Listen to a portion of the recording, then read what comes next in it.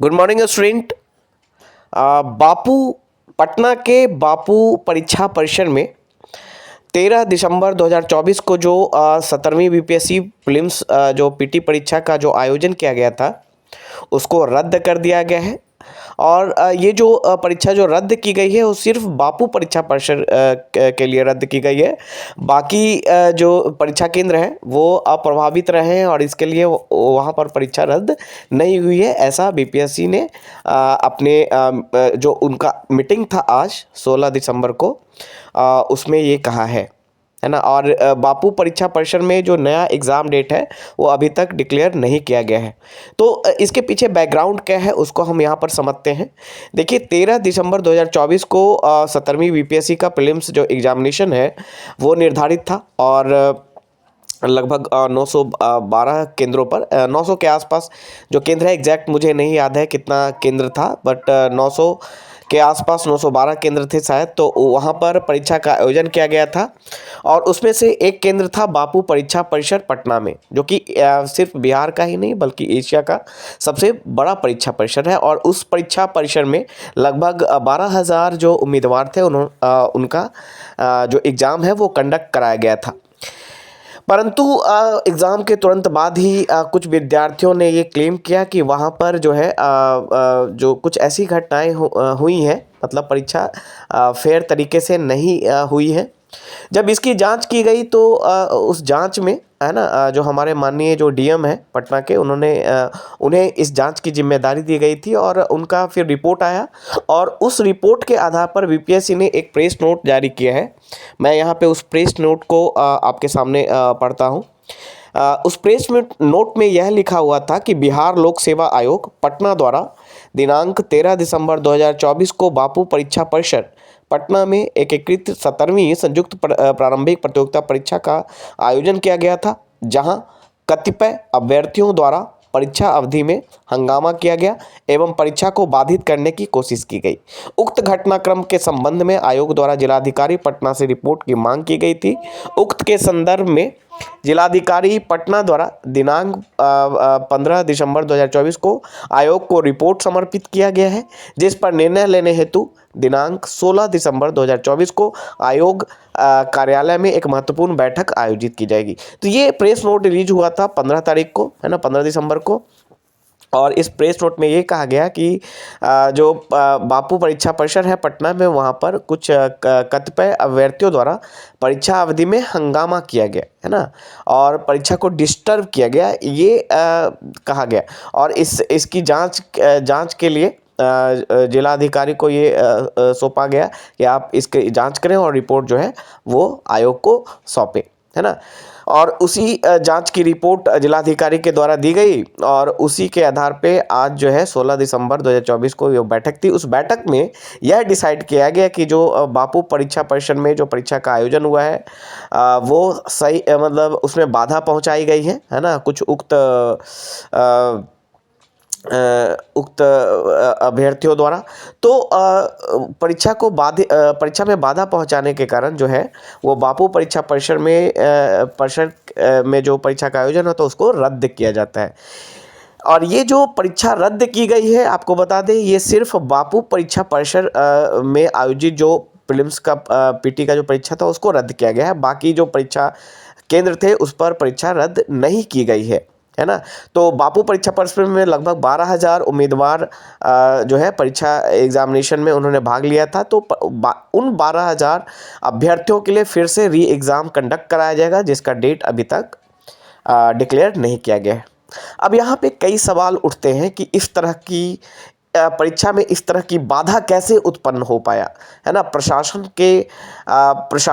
मतलब यहाँ पे जो जिम्मेवारी है वो किसकी है ना, कौन लोग जिम्मेवार हैं इस तरह की बाधा पहुंचाने में, वो भी इस अफ्तर का जो एग्ज़ाम होता है पीसीएस अफ्तर का, मतलब आप एसडीएम और डीएसपी बनने वाले हैं। तो इस तरह के परीक्षा में इस तरह की बाधा पहुंचाना कैसे संभव हो पाया, इसके लिए कौन लोग जिम्मेदार हैं और इस तरह की घटनाएं फिर से ना हो इसके लिए क्या सुनिश्चित किया गया है। तो पहला सवाल ये है। दूसरा सवाल यह है कि कई सारे अभ्यर्थियों का कहना है, कई सारे जो कैंडिडेट हैं उनका कहना है परीक्षा के बाद कि जो परीक्षा का जो अवसर था वो पीसीएस अवसर का नहीं था, है ना। परीक्षा जो प्रश्न थे वो एक सिविल सर्विसेज अवसर का प्रश्न नहीं पूछा गया था। काफ़ी सारे फैक्चुअल क्वेश्चन पूछे गए थे और फैक्ट्स भी ऐसे फैक्ट्स पूछे गए जो कि प्रीवियस ईयर के क्वेश्चन के आधार पे नहीं था। आपको बता दें कि आयोग की तरफ से यह बताया गया था कि आगे आने वाले जो एग्जामिनेशन होंगे जैसे 17वीं, उसमें जो अवसर होगा और भी अच्छा अवसर होगा, क्योंकि हमने देखा कि 69th जो पीटी का एग्ज़ाम था उसमें जो क्वेश्चन का लेवल था वो काफ़ी अच्छे लेवल के क्वेश्चन पूछे गए थे, है ना। तो ये बताया जा रहा था कि जो 17वीं का एग्ज़ाम होगा उसमें जो क्वेश्चन होंगे वो अच्छे स्तर के प्रश्न पूछे जाएंगे, स्टेटमेंट वाले क्वेश्चन होंगे, है ना, लॉजिकल रीजनिंग क्वेश्चन होंगे। बट 17वीं वीपीएससी में जो क्वेश्चन आया, जैसा कि बहुत सारे अभ्यर्थियों ने बताया एग्जामिनेशन के बाद कि उसमें बहुत सारे फैक्चुअल क्वेश्चन पूछे गए, है ना। ज़्यादातर डेटा बेस्ड क्वेश्चन पूछे गए, फैक्चुअल क्वेश्चन पूछे गए। 17वीं बीपीएससी पीटी एग्जामिनेशन में जो क्वेश्चन पूछे गए हैं वो काफ़ी फैक्चुअल पूछे गए, है ना। कुछ बहुत ही डायरेक्ट क्वेश्चन पूछे गए, मतलब ऐसे क्वेश्चन पूछे गए कि जो एक्सपेक्ट नहीं किया जाता है कि पीसीएस जैसे एग्जामिनेशन में, सिविल सर्विसेज जैसे एग्जामिनेशन में इस तरह के क्वेश्चन पूछे जाएंगे। और कुछ फैक्ट ऐसे पूछे गए जो कि प्रीवियस ईयर का जो पैटर्न है उससे वो मैच नहीं करते हैं, है ना। और जो पैटर्न था, जो अभी तक पैटर्न फॉलो होता आ रहा था, वो पैटर्न भी फॉलो नहीं किया गया है।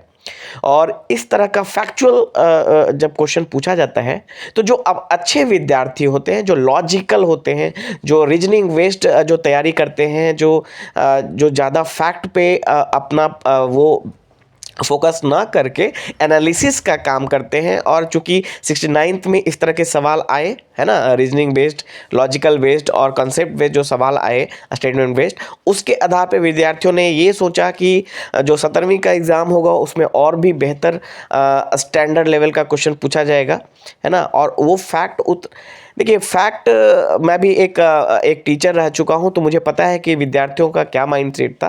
विद्यार्थियों का माइंडसेट ये होता है कि जो बीपीएससी का जो लेवल है वो बढ़ता जा रहा है, स्टैंडर्ड होता जा रहा है ना। कहीं ना कहीं स्टेटमेंट वाले क्वेश्चन आने वाले हैं, फैक्चुअल क्वेश्चन कम होंगे और कंसेप्चुअल क्वेश्चन ज़्यादा होंगे। तो विद्यार्थियों का जो फोकस होता है वो कंसेप्ट पे चला जाता है, और इस सिनेरियो में अगर फैक्चुअल क्वेश्चन पूछा जाए तो वो बहुत अच्छा परफॉर्म नहीं कर पाते। और प्रीलिम्स जो एग्जामिनेशन वो एलिमिनेशन राउंड है, और यहाँ पे अगर आप एलिमिनेट हो जाते हैं तो आपकी सारी मेहनत ही बेकार हो जाती है ना।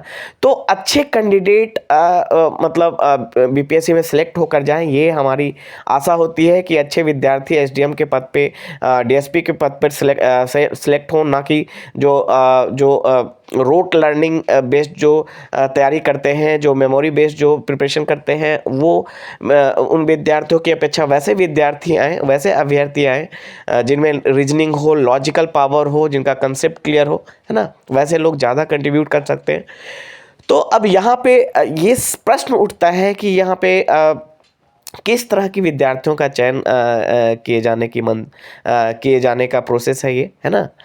अगर ये प्रोसेस अगर आप अच्छे विद्यार्थियों को लेना चाहते हैं तो ऐसे क्वेश्चन से अच्छे विद्यार्थी नहीं सिलेक्ट हो पाएंगे, है ना। कुछ जो अच्छे विद्यार्थी, जो लॉजिकल रीजनिंग बेस्ड विद्यार्थी होते हैं, वो इस तरह के फैक्चुअल एग्जामिनेशन में अच्छा परफॉर्म नहीं कर पाते हैं, है ना। और वो मेंस तक पहुंच ही नहीं पाएंगे। अगर मेंस तक नहीं पहुंच पाएंगे तो वो जो पूरा प्रोसेस है बीपीएससी का, उसका जो उद्देश्य है, ऑब्जेक्टिव है, वो कैसे पूरा हो पाएगा। तो मेरा बस यही मानना है कि आगे जो भी एग्ज़ामिनेशन कंडक्ट हो वो इस तरह से हो कि अच्छे विद्यार्थियों को सिलेक्ट किया जा सके।